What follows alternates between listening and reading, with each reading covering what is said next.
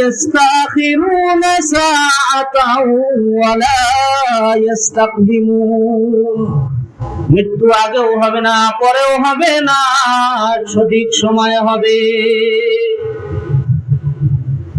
সঠিক সময়। فسبحان الذي بيده ملكوت كل شيء وإليه ترجعون। ফিরে যাওয়া লাগবে কার কাছে? দুনিয়ার কোন রাজা নাই, কোন বাদশা নাই যারা চিরস্থায়ী চিরঞ্জীব। প্রত্যেকটা মানুষ ধ্বংসশীল, প্রত্যেকটা প্রাণীর ধ্বংস হবে, প্রত্যেকটা বস্তুর ধ্বংস হবে। আল্লাহ তাআলা বলেন কুল্লু মান আলাইহা ফান। প্রত্যেকের কি হওয়া লাগবে? ধ্বংস হওয়া লাগবে। বাকি থাকবে কে? ওয়ায়াবকা ওয়াজহু রাব্বিকা যুল জালালি ওয়াল ইকরাম।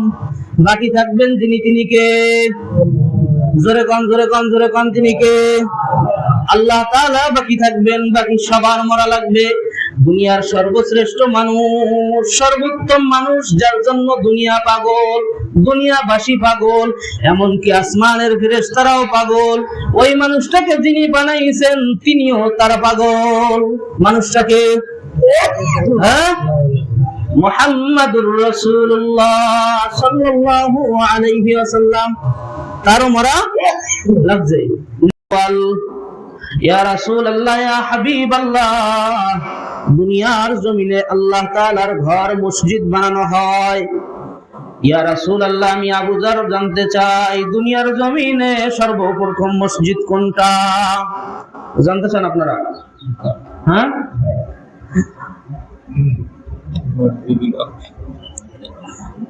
قال صلى الله عليه وسلم المسجد الحرام।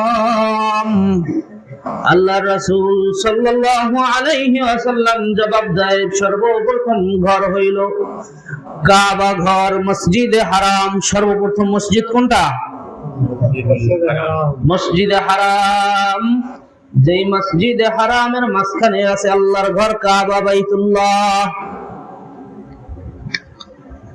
কুলতু, এবার আবু যর আবার বলতেছেন সুম্মা আইয়ু ক্বালা, কুলতু সুম্মা আইয়ুন, কুলতু এরপর আমি বললাম সুম্মা আইয়ুন, অতঃপর কোনটা? আল্লাহ রাসূল বলেন ক্বালা আল আকসা। আল্লাহ রাসূল বলতেছেন সর্বপ্রথম মসজিদ হইলেন হারাম শরীফ, পবিত্র মক্কা নগরীর মসজিদ। এরপরের মসজিদটা হইল ফিলিস্তিনের জমিনে আল্লাহ তাআলার ঘর, মসজিদে আকসা।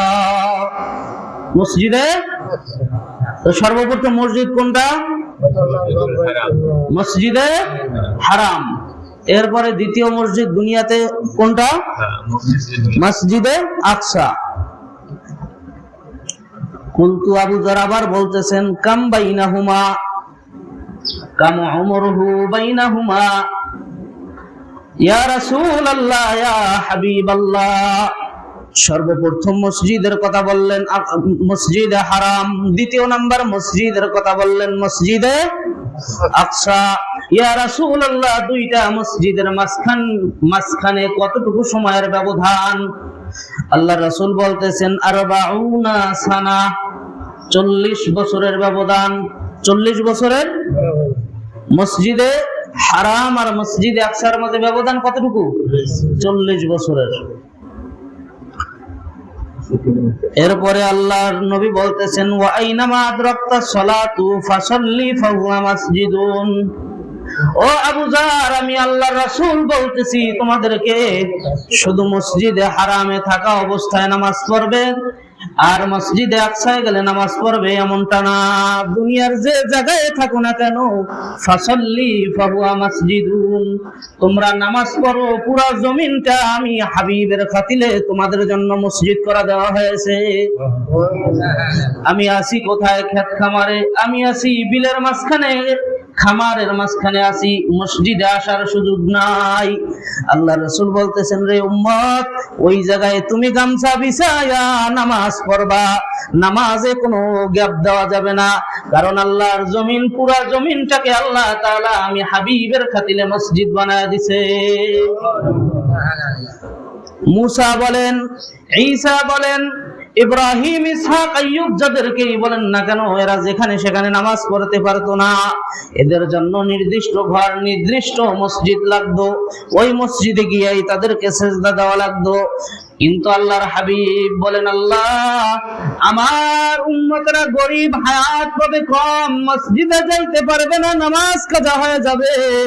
ও আল্লাহ, আমার উম্মতের জন্য আপনি কি ব্যবস্থা করবেন? আল্লাহ তাআলা বলেন, হাবিব, চিন্তা নাই, আমি আল্লাহ তাআলা আপনার খাতিরে পুরো জমিনটাকেই মসজিদ বানায়া দিছি। মসজিদ মানে হইল সেজদার স্থান। যেই জায়গায় আপনি সেজদা দেবেন, ওই নামাজের জন্য ওই জায়গাটাই আপনার মসজিদ। এমনকি মসজিদ না এসে পাশে বইয়া সেজদা দিবেন? হ্যাঁ। অন্য হাদিসে আল্লাহর রাসূল বলেন, মসজিদ এলাকায় থাকা সত্ত্বেও, আয়াতের ভিতরে থাকা সত্ত্বেও যারা মসজিদে আসে না, তাদের উপরে আল্লাহর গজব। ওয়াইলুল্লাহ, ওয়াইলুল্লাহ, ওয়াইলুল্লাহ, তিনবার বলছেন। ধ্বংস হোক ওই ব্যক্তিকে, আল্লাহ তাআলা ধ্বংস করুক, যারা মসজিদ নির্দিষ্ট থাকা সত্ত্বেও মসজিদে যায় না। যদি আপনি ভারতের জমিনে থাকতেন, দাদার দেশ, মসজিদ সচরাচর পাওয়া যায় না। 2-4-5 কিলোমিটারের ভিতরেও মসজিদ নাই, এমন এলাকা আছে। ওই এলাকার মানুষ কি নামাজ বাদ দিবে? না, না। ওই এলাকার মুসলমানদের জন্য তার ঘরটাই হলো তার মসজিদ। বলেন তো তাহলে, পবিত্র, আমার আলোচনা যেদিকে, পবিত্র মসজিদে আকসা কত নাম্বার মসজিদ দুনিয়াতে? হ্যাঁ, কথা বলতে হইবে তো। দ্বিতীয় মসজিদ। প্রথম মসজিদের নাম কি? মসজিদুল হারাম। আল্লাহ রাসূল হাদিসের ভিতরে বলেন, মসজিদে হারামে যদি কেউ নামাজ পড়ে 1 লক্ষ রাকাত নামাজের সওয়াব পাবে। 1 রাকাতে 1 লক্ষ রাকাতের সওয়াব।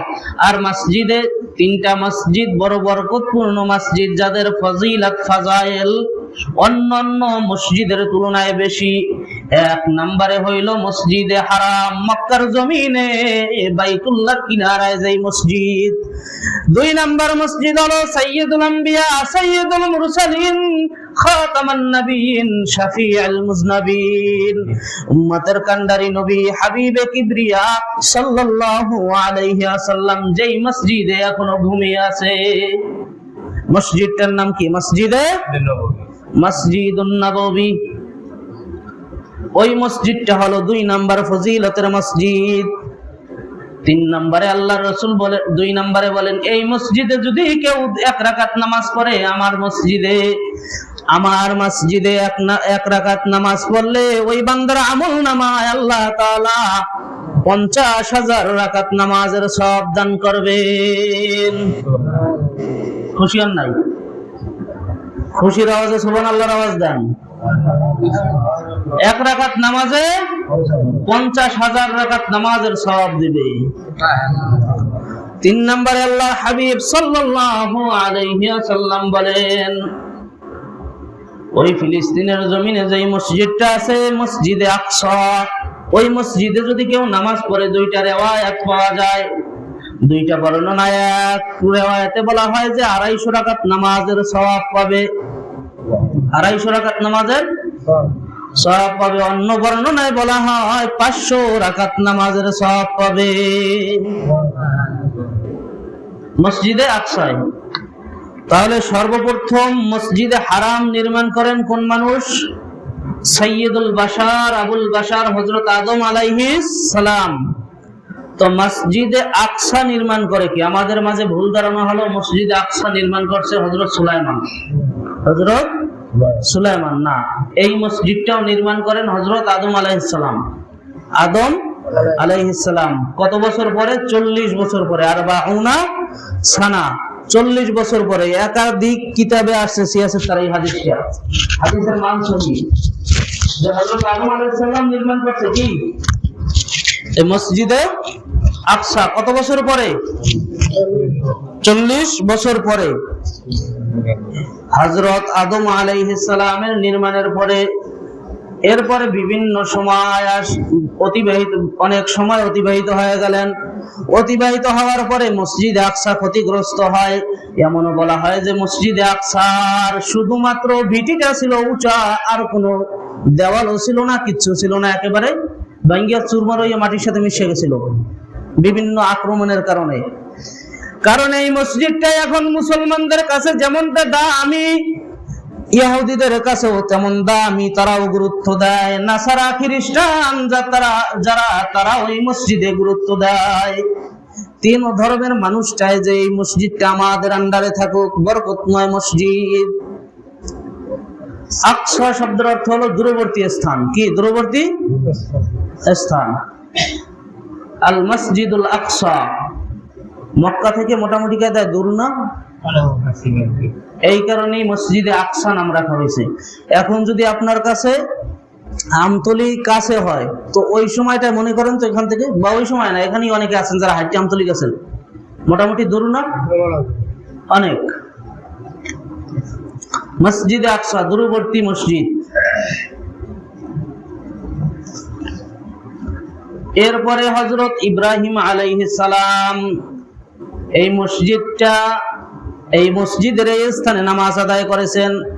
এই জায়গায় ইব্রাহিম আলাইহিস সালাতু ওয়াস সালামের সন্তানরা হযরত ইসহাক আলাইহিস সালাতু ওয়াস সালাম, এরপরে হযরত ইয়াকুব আলাইহিস সালাম,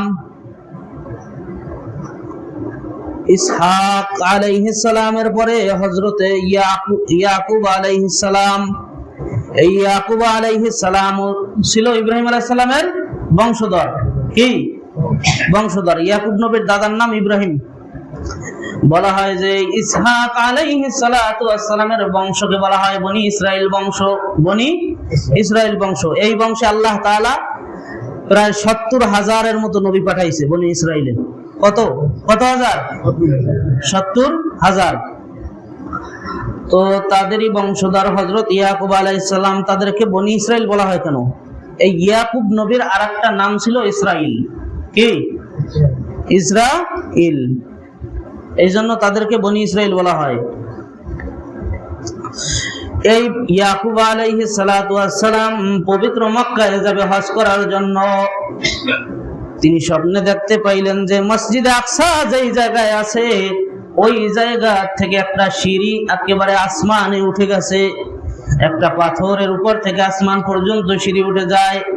উমদাতুল কারি নামক কিতাবের ভিতরে লেখেন হযরত ইয়াকুব আলাইহিস সালাতু ওয়াস সালাম দেখতে পাইলেন জিবরাইল সহ প্রধান ফেরেশতারা ওই সিঁড়ি দিয়ে আসমানে যায়, ওঠা নামা করে, আবার ওই জায়গায় আসে, সবাই একত্রে সিজদা দেয়।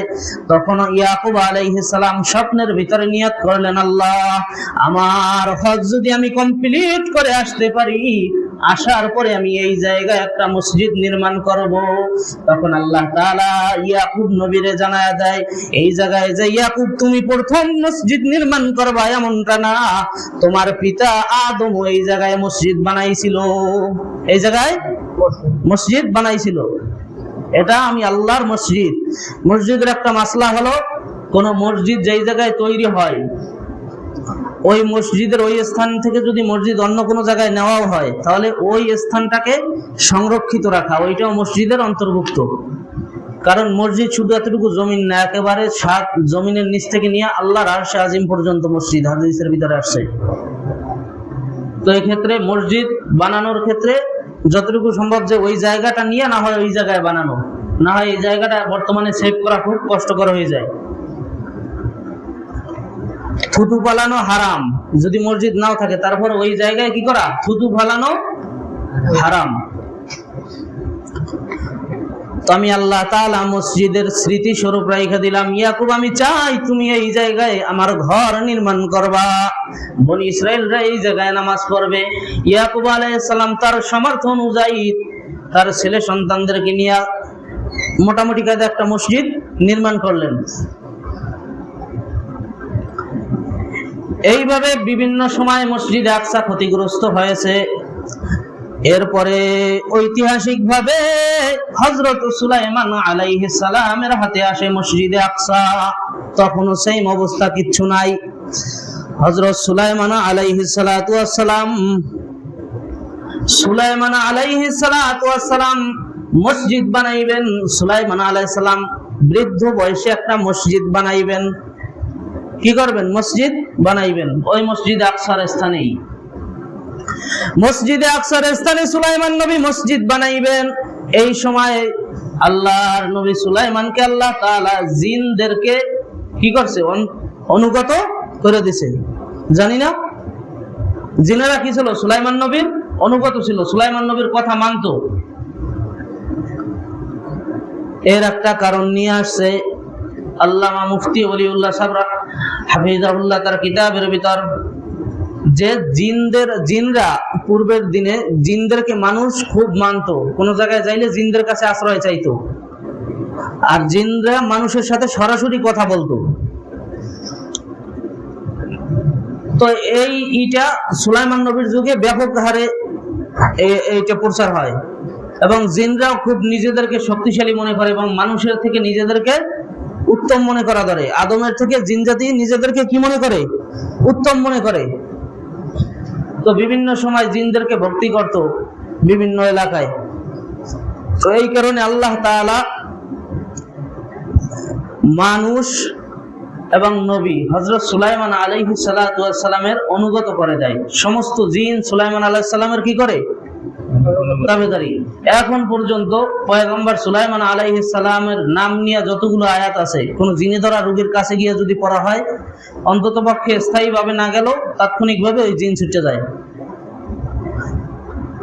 কোন জিনে ধরা রোগীর কাছে যাই যদি পড়েন ওয়ালাকাদ ফাতান্না সুলাইমান ওয়া আলকাইনা আলা কুরসিহি জাসাদান সুম্মা নাব, জিন নাই। 7 বার এই আয়াত করে যদি তেলের ভিতর ফুঁক দেওয়ার পরে কানে নাকে দিয়ে দেয়, ওই তেল যতক্ষণ না শুকাইবে ততক্ষণ কোন জিন তারা আক্রমণ করতে পারে না। জিন কি করতে পারে না? আক্রমণ করতে পারে না। কেউ যদি সকালে 7 বার, বিকালে 21 বার এইভাবে পড়ে ইন্নাহু মিন সুলাইমান ওয়া ইন্নাহু বিসমিল্লাহির রহমানির রহিম, তাহলে আশা করা যায় ওই লোকটা জিন দ্বারা ক্ষতিগ্রস্ত হবে না। তো সুলাইমান আলাইহিস সালাম মসজিদ বানাইবেন। মসজিদ বানানোর জন্য কর্মচারীর দরকার আছে না নাই? তো মানুষ তো দুর্বল, যেহেতু জিন তার অনুগত, এই জন্য সুলাইমান নবী জিনদেরকে হুকুম দিলেন মসজিদ বানানোর জন্য। অবকাঠামো দেখাই দিয়েছে যে এইভাবে বানাবা, আর পাথর আনবা অমুক জায়গা থেকে। আল্লাহর নবী পয়গম্বর সুলাইমান আলাইহিস সালাতু ওয়াস সালাম জানায়া দিতেছেন জিনের দল, আমি সুলাইমান একটা মসজিদ বানাইতে চাই। মসজিদের অবকাঠামো হবে এমন, নকশা হবে এমন, তোমরা লেগে যাও, কাজে লেগে যাও। পয়গম্বর সুলাইমান আলাইহিস সালাম মসজিদ বানানো শুরু কইরা দিবেন। মসজিদ বানাইতেছেন, বড় বড় পাথর এখনো আছে সুলাইমান আলাইহিস সালামের বানানো কিছু অংশ।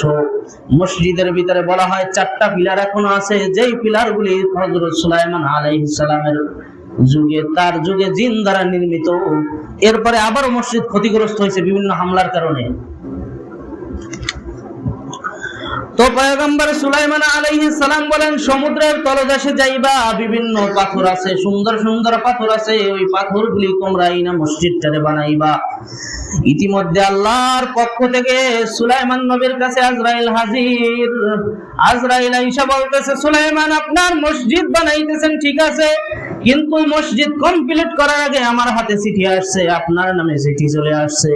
ও পয়গম্বর, আপনার ইন্তেকালের পরওয়ানা নিয়ে আসছি। মাঝখান দিয়া হযরত সুলাইমান আলাইহিস সালামের আগে তার খাদেম আসিফ ইবনে বারখিয়া ইন্তেকাল করছে। কেমনে? দেখে জিবরাইল এসে দাঁড়াই রয়েছে মানুষের সুরত নিয়ে, খুব ভয়ঙ্কর রূপ। কারণ কি? জিনরা ফেরেশতাদেরকে নিজেদের সমান মনে করত, ফেরেশতাদেরকেও নিজের সমকক্ষ মনে করত। এই কারণেই তো আল্লাহ তাআলা সূরা নাযিল করছে, ওয়াস-সাফাতি সাফান ফায-যাজিরাতি যাজরান ফাত-তালিয়াতি যিকরা। তারা একেবারে আরশের কাছে গিয়ে কান লাগাই থাকতো, আসমানে গিয়ে কি করত? আর সে না আসমানে গিয়া কান লাগাই থাকতো যে ফেরেশতাদের মধ্যে কি কথা হয়, এগুলি শূন্য এসে দুনিয়ার গণকদের কাছে বলতো। তো এরপরে আল্লাহ তাআলা এই সিস্টেম বন্ধ করে দিয়েছে। এখন যদি উপরের দিকে জিন যাইতে চায়, আল্লাহ তাআলা কোরআনে বলতেছেন যে ফাজ্জাজিরাতি জাজরান ফাত্তালিয়াতি যিকরা, যে আল্লাহ তাআলার নাম নিয়ে ফেরেশতারা ওই জিনদের দিকে পাথর নিক্ষেপ করে, একেবারে আগুনে গরম লাল পাথরগুলা জিনদের দিকে নিক্ষেপ করে, যার কারণে এখন আর তারা ওই খবর আনতে পারে না কবে বৃষ্টি হইবে না হইবে। তো ভয়ঙ্কর রূপ নিয়ে দাঁড়াই আছে, জিনরা কাজ করতেছে, সুলাইমান নবীর সাথে কথা বলতেছে। এখন এইটা দেখছে আসিফ ইবনে বারখিয়া, স্বাভাবিক মানুষ, দেখার পরে তার তো অবস্থা খারাপ। আজরাইলকে যদি সামনে দেখে কোন মানুষ ঠিক থাকতে পারবে? আসিফ ইবনে বারখিয়া ডাক দিয়ে বলতেছেন, পয়গম্বর সারা জীবন আপনার কাছে খেদমত করছি, কিছু চাই নাই। ও পয়গম্বর, এই লোকটাকে কয় মালাকুল মউত, কয় আমার ভয় লাগে, আমি আর আপনার কাছে থাকতে চাই না, আমাকে আপনি বিদায় দেন। জিনদেরকে হুকুম দেন আমাকে গভীর একটা সমুদ্রের মাঝখানে এক তীর আছে, ওই তীরের কাছে নিয়ে আমার যেন রেখে আসে। আল্লাহর নবী বলতেছেন, বারখিয়া কোনো ভয় নাই, থাকতে পারো। এবার বারখিয়া নিজে বলতেছে, নবী আমার থাকতে মন চায় না, আমার ভয় লাগে। এখন একটা লোক একটা আশা করছে সারা জীবন খেদমত করার পরে, নবী তো আর ফিরে যেতে পারে না। নবী জিনের ডাক দিয়েছে, বারখিয়ারে কি করো, অমুক দ্বীপে রাইখে আসো, নদীর মাঝখানে, যে এই জায়গায় অন্য কোনো মানুষ নাই। জিন মুহূর্তের মধ্যে তারা একেবারে নিয়ে উড়াইয়া ওই জায়গায় রাইখে আসছে। এবার আজরাইল কয়, ও সুলাইমান, আমি আপনার কাছে জান কবজ করতে আসছি, কিন্তু আল্লাহ তাআলা আমাকে আপনার জান কবজ করার আগে আরো একটা দায়িত্ব দিছে, কিন্তু আমি এই জায়গায় অপেক্ষা করতেছিলাম, আমার হাতে যে লিস্টটি আছে ওই লোকটা ওই জায়গায় নাই। বলে কে? কয় আসিফ ইবনে বারখিয়া। এবার বলে, তাহলে তুমি আসিফ ইবনে বারখিয়া তো এই জায়গায় ছিল। কয় না, আল্লাহ তাআলার ফয়সালা, আসিফ ইবনে বারখিয়ার জান কবজ করা হবে, তার মৃত্যু হবে অমুক দ্বীপে। মৃত্যু টাইনে নিয়ে গেছে, নিজে গেছে, কোন জায়গায় মরবে ওই জায়গায়। আজরাইলের ভয় কি করছে? দ্বীপে গেছে। আর আজরাইল দাঁড়াই রয়েছে যে কোন সময় দ্বীপে যাইবে, কারণ ওর মরণ তো দ্বীপে। মরণ কোথায়? দ্বীপে। বলেন তো, জায়গায় আজরাইল টাইনে গেছে নাকি ও নিজের ইচ্ছা গেছে? হ্যাঁ, এই জন্যই তো বলা হয়, মৃত্যু যখন যেখানে অবধারিত সেখানেই যাবে, 1 মিনিট আগেও হবে না, 1 মিনিট পরেও হবে না।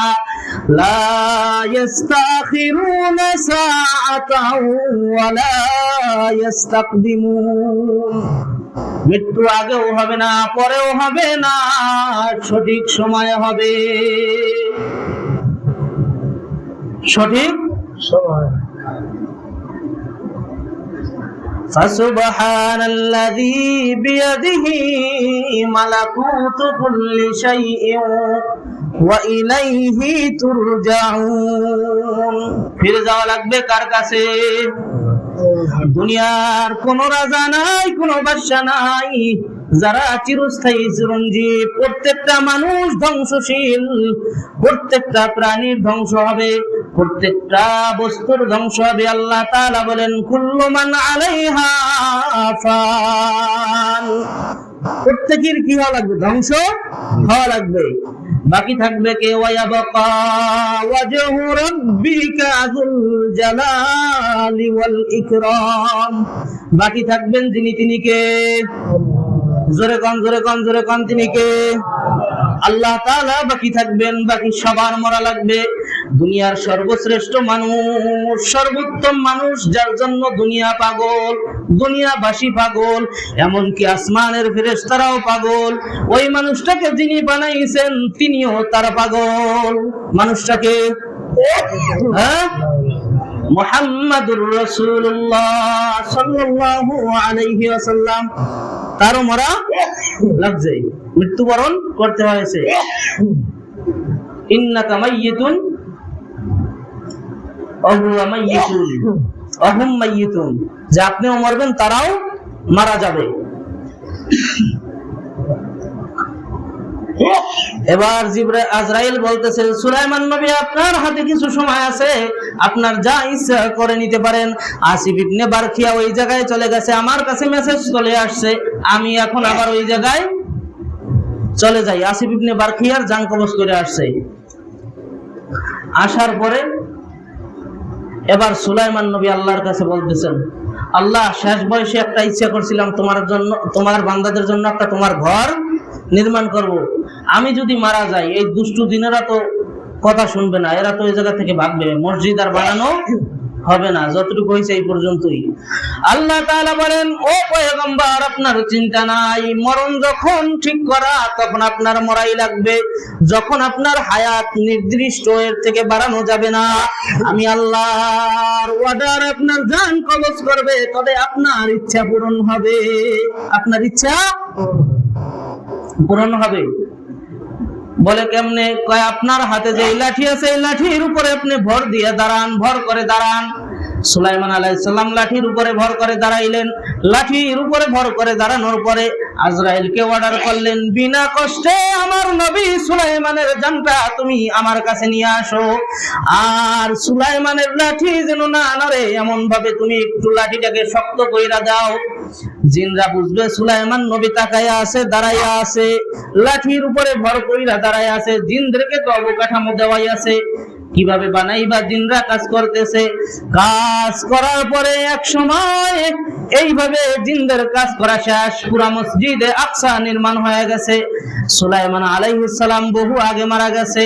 নিজ দিয়া ওই প্রকারে আল্লাহ তাআলা বলতেছেন, ওই পোকা আমার নবী মারা গেছে, তার জানাজার দরকার আছে, তার এইভাবে দাফনের দরকার আছে, কাফনের দরকার আছে। আমার নবী যদি দাঁড়ায় থাকে, ওরা কেউ সাহস করে নবীর কাছে যাইবে না, কোনো মানুষও নবীকে ডিস্টার্ব করতে যাইবে না। তোমরা লাঠির নিচ দিয়া খাইতে থাকো। এখন ওই পোকা লাঠির নিচ দিয়ে খাওয়া ধরছে। খাইতে খাইতে ওদের মসজিদ বানানো শেষ, সবাই আসছে সুলাইমান আলাইহিস সালামের কাছে, আর ওই পোকা নিচ দিয়ে খাইয়ে ফেলাইছে একেবারে। ওরা আসার সাথে সাথে সুলাইমান আলাইহিস সালামের দেহটা মাটিতে পড়ে গেছে। তখন তারা লাঠি দেইকা বুঝছে যে সুলাইমান আলাইহিস সালাম আজকে মারা যায় নাই, বহু আগেই মারা গেছে। কারণ কোন জীবিত মানুষের হাতে এই লাঠি উই পোকায় খাবে, আর সুলাইমান নবী তাও খেয়াল করবে না, আবার নবীর লাঠি পোকায় ধরবে, এত বড় সাহস পোকার নাই। ওর অনেক আগেই মারা গেছে। তো মরণ যখন ছিল তখনই হয়েছে, বাকি আল্লাহ তাআলা সুলাইমান নবীর ইচ্ছা পূরণ করছে। এই মসজিদে আকসা অনেকবার অনেকের দ্বারা আক্রান্ত হয়েছে, এখনো হইতেছে ইহুদিদের দ্বারা। হযরত উযাইর আলাইহিস সালাতু ওয়াস সালামের যুগে বখতে নসর, কুখ্যাত কাফের শাসক, এই বখতে নসর এটার আক্রমণ করে দখল করছে, একেবারে ধূলিসাৎ করে দিছে। কিছু অংশ বাকি ছিল, বাকি মানে মসজিদের মতো না। যদি একটা খাম্বা দাঁড়াই থাকে, পিলার দাঁড়াই থাকে, একটা দেওয়াল থাকে, এটা কি আর মসজিদ কইবে কেউ? এই বখতে নসর উযাইর আলাইহিস সালামের উপরে রাগ হইয়া তার দাওয়াতে একেবারে পুরো আকসা মাটিতে মিশাইয়া দিছে। এরপরে ইহুদিরা অকালাতিল ইয়াহুদু উযাইরুন ইবনুল্লাহ, ইহুদিরা বলে কি উযাইর আলাইহিস সালাম আল্লাহর পুত্র। নাউজুবিল্লাহ কইবেন না। আল্লাহ তাআলা বলেন, আল্লাহু আহাদ আল্লাহুস সামাদ লাম ইয়ালিদ ওয়া লাম ইউলাদ ওয়া লাম ইয়াকুল লাহু কুফুয়ান আহাদ। যে আমি আল্লাহর সমকক্ষ কেউ নাই, আল্লাহ কাউকে জন্ম দেয় না, কারো থেকে জন্ম নেয় নাই, অথচ তারা উযাইরকে বানাইছে উযাইরুন ইবনুল্লাহ, আল্লাহর পুত্র। 334 ঈসাই পূর্ব সনের রোম সম্রাট এইটারে আবার জয় করেন। জয় করার পরে তার শাসনভার দুর্বল হয়ে পড়ে। এরপরে খ্রিস্টানরা দখল করতে চায়, খ্রিস্টানদের ক্ষমতা অনেক বেড়ে যায়। এই ধূর্তবাস তখন আবার খ্রিস্ট ধর্ম গ্রহণ করে, ক্ষমতা টিকিয়ে রাখার জন্য ধর্ম বদল করে। অনেক সময় দেখবেন ক্ষমতা ধরে রাখার জন্য মাথায় মুসলমান হইয়াও সিঁদুর পরে, ঠিক না বলেন?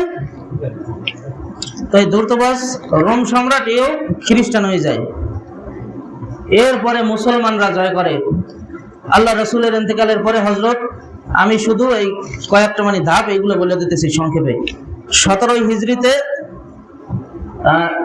638 ঈসাই সনে 38 খ্রিস্টাব্দে হযরত ওমর রাদিয়াল্লাহু তাআলা আনহু এটা জয় করেন, কিন্তু এটা বেশি দিন ধরে রাখতে পারে নাই। পঞ্চম শতকের মানে বেশি বছর ধরে রাখতে পারে নাই। 492 হিজরিতে, মোটামুটি খারাপ সময় ছিল না মুসলমানদের দখলে। 1099 সনে এটা আবার খ্রিস্টানরা দখল করে। খ্রিস্টানরা দখল করার পরে এরা আবার কিছুকাল এটাকে খুব মানে এদের গির্জা বানাই একেবারে ইবাদত করতে থাকে। এরপরে হযরত সুলতান সালাউদ্দিন আইয়ুবী রাহমাতুল্লাহ আলাইহি ঐতিহাসিকভাবে মিশরের শাসনভার গ্রহণ করার পরে এই বাইতুল মুকাদ্দাস জয় করেন 583 হিজরিতে, 1187 খ্রিস্টাব্দে। এই যুদ্ধ করে, যুদ্ধের নাম হলো হিত্তিন। এই হিত্তিনের যুদ্ধে হযরত সুলতান সালাউদ্দিন আইয়ুবী এটা জয় করেন। এরপর দীর্ঘ একটা সময় মুসলমানরা শাসন করেন, প্রায় 800 বছর পর্যন্ত। 800 বছর শাসন করার পরে 1100 সনে এটা জয় করেন। 1917 সালের 2